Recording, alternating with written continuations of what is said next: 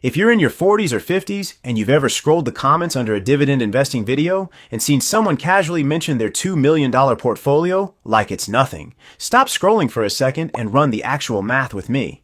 The real number of Americans who can walk away from work and live on dividend checks alone is way smaller than that comment section makes it look, and it comes straight from the Federal Reserve and the IRS.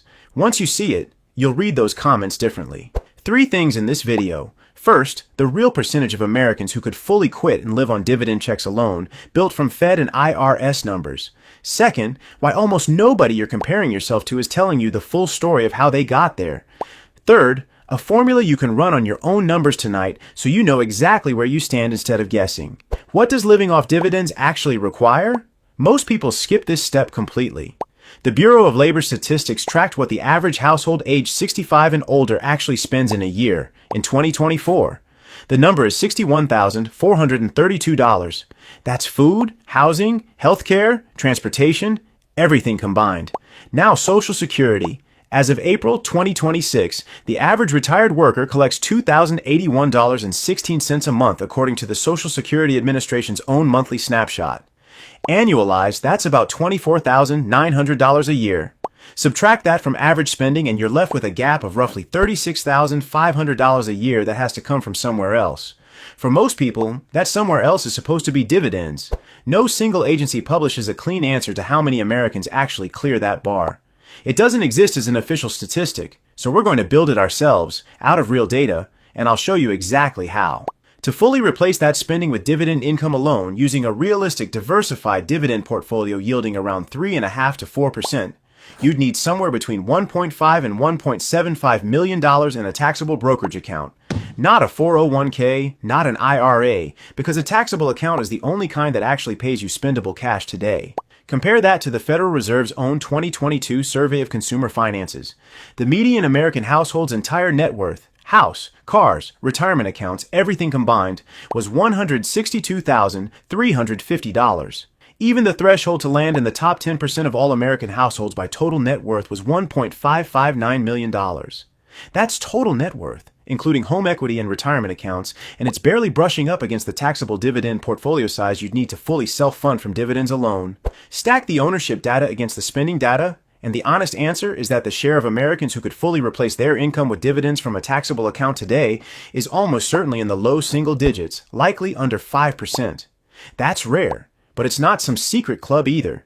It's just a much smaller group than the comment section makes it look like. That's the headline number. The rest of this video breaks down exactly why that gap exists, because understanding the mechanism is what lets you build your own path around it instead of just feeling behind. The first thing almost nobody explains correctly is this. Gallup's April 2026 survey found that 58% of Americans own stock in some form. That sounds like a lot. But the Federal Reserve's own 2025 survey of household economics and decision-making found that only 37% of adults hold stocks, bonds, or funds outside of a retirement account. And the Fed's 2022 survey of consumer finances found that only 21% of families own stock directly in a taxable brokerage account. I call this the ownership gap. And it's the single biggest thing that separates I own dividend stocks from I can live off dividends. If your dividends are sitting inside a 401k or a traditional IRA, they're not spendable income right now. They're reinvesting automatically, they're locked behind early withdrawal penalties before age 59 and a half. And pulling them out early triggers ordinary income tax plus a 10% penalty in most cases. Most of the 58% Gallup counted are sitting in that bucket. They own dividends, they can't live off them yet. That's important. But if you don't also know who actually holds most of that stock, none of this math makes sense. Let's fix that. According to the Federal Reserve's distributional financial accounts data for the first quarter of 2026, the wealthiest 1% of Americans hold 50% of all publicly traded stock, worth approximately $27.6 trillion. The bottom 50% of Americans by net worth own just 1% of all stock, worth roughly $590 billion combined across tens of millions of households. Break it down by generation and it gets more specific. Baby boomers hold 54% of all U.S. equities, worth $29.71 trillion. Gen X holds 22% at $12.23 trillion. Millennials hold 9% at $4.94 trillion. This is the concentration wall. It means that when someone online claims they live off dividends, they're statistically far more likely to be part of a small, older, already compounded slice of the population than a normal example of what's achievable on a normal timeline. The takeaway here isn't to give up. Compare yourself to the right group instead. Almost nobody talks about this next part, and it changes the entire math for anyone building a dividend plan around a plain S&P 500 index fund. As of early July 2026, the S&P 500's dividend yield sits at roughly 1.05 to 1.08%. According to data going back to the 1870s, the historical range for that yield runs from 1.056% to 6.659%, with a long-run median of 2.869%. In plain terms, the market's current dividend yield is sitting right near the lowest it has ever been in recorded history. That means, if you're building your retirement math off an old rule of thumb or off what dividend investing looked like a generation ago, you need roughly 2.5 to 3 times more capital today to produce the same income an S&P 500 investor could have gotten from the same dollar amount decades ago. This is the vanishing yield, and it's exactly why plain index funds alone rarely get you to a livable dividend number without either a much larger portfolio or a deliberate tilt toward higher yielding funds. This is where most people go wrong, and it's worth calling out directly because it's an easy trap. The mistake is assuming that owning dividend stocks in any account at any yield automatically puts you on the path to living off dividends on a normal timeline. It doesn't. 3 things have to line up at the same time. The account has to be taxable and accessible, the yield has to be realistic for the amount of risk you're willing to take, and the portfolio size has to be large enough to close the actual spending gap, not just produce a number that sounds nice on paper. Miss any one of those 3, and you can own plenty of dividend stocks and still not be able to touch that income for years. Now for the good news, a mechanism most people never get told exists. The IRS has a 0% federal tax bracket specifically for qualified dividends. For 2025, single filers pay 0 federal tax on qualified dividend income up to $48,350 of taxable income. That threshold rises to $49,950 for 2026. This one, I'm calling the 0% zone, and it matters more for this audience than almost anyone else watching finance content. If your only other income in retirement is a modest Social Security check, you have a lot more room in that 0% bracket than someone still working full-time with a salary. That means a well-built dividend portfolio can produce real, spendable income taxed at 0% federal, legally, simply by understanding where that threshold sits. This is simply how the tax code is written, not some hidden trick, and almost nobody bothers explaining it to the people who'd benefit from it most. Time to make this personal, using your own numbers. If you've watched our video on living off dividends starting in your 40s or 50s, you've heard the shortcut.